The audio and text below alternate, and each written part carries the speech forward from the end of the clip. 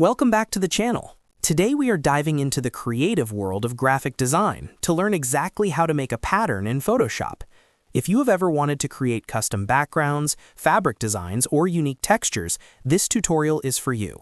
We are going to cover everything from initially setting up your pattern element to applying it using different methods, and finishing with a pro tip on how to make your designs perfectly seamless.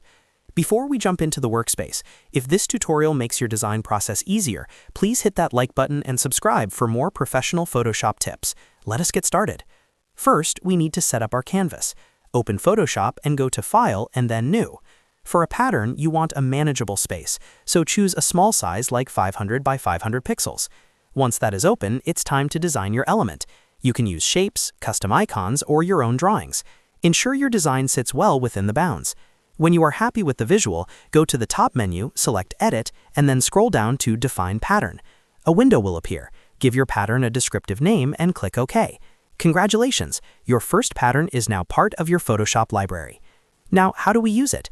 The first method is using a pattern fill layer. Navigate to Layer, go to New Fill Layer, and select Pattern.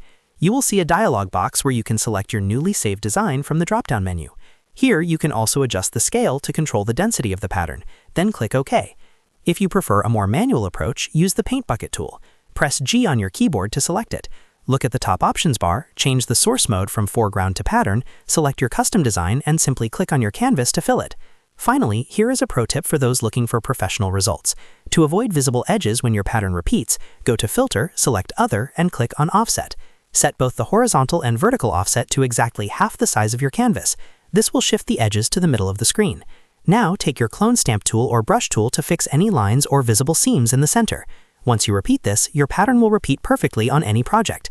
I hope this walkthrough helps you elevate your designs. Remember to like and subscribe if you found this video helpful for your creative workflow. Thanks for watching, and I will see you in the next one.